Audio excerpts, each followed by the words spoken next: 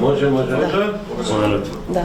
Здраво на сите. Јас сакам да ви кажам дека еве започна работата на Масит со политичките партии кои што се во кампања и ќе бидат овие 2 месеци, така да мислам дека имавме плодна средба со председателот и со целиот економски тим на ВМРО ДПМН и мислам дека разговаравме за клучни работи кои што се многу важни за IT индустријата, бидејќи IT индустријата има неверојатен пораст годишно скоро по 30% на секое поле во вкупните приходи, во платите, така да мислам дека тука може многу да има разбирање од тие луѓе кои што ќе бидат власт во иднина да обрнат внимание за развој на IT секторот.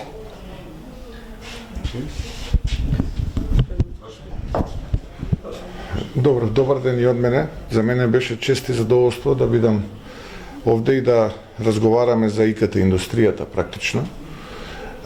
Ценам дека како луѓе кои што пледираат да бидат влада во Македонија, треба да извлечеме поука на погрешните политики во минатото и заеднички со луѓето кои што се дел од оваа индустрија, а многу значајна за Македонија, да направиме промени во кои што ќе бидеме сите победници. Најважно е кога ќе водите политика базирана на искуство, а не политика базирана на чувство. Сигурно луѓето кои што се во ИКТ индустријата и оваа комора каде што сме ние денеска, Масит комората, има многу поголемо искуство од нас како политичари. И кога разговараме врз основа на искуство и факти.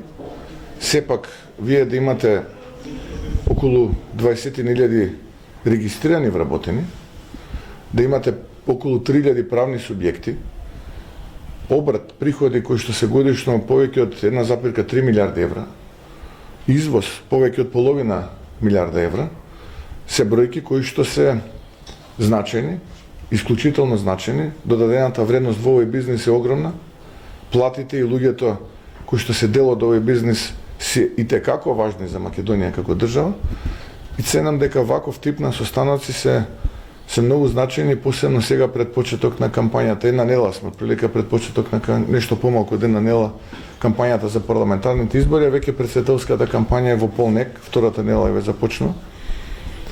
Така што како политичка партија и коалиција која што пледира утре да ја води владата и очекуваме, ако ги имаме во предвид бројките, да ја водиме владата, цениме дека едно вакво партнерство е задолжително и не само пред избори, туку треба и овој процес да биде континуиран, односно да се среќаваме, да ги надминуваме проблемите.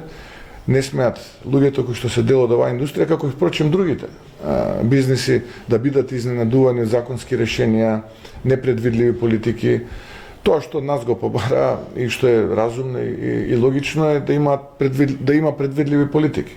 Подобро кажете ни, велат, што планирате однапред, за да можеме така ние да си го планираме нашиот бизнис, отколку да не изненадувате континуирано, како што беше случај изминативе 6,5 години. Така што да сумирам, исклучително значајен состанок, благодарност до претседателката, благодарност до колегите кои што се тука и се надевам дека во иднина, доколку ние бидеме на влада, во што веруваме, ќе имаме почести средби и една динамична дискусија. Ви благодарам. Кои чекори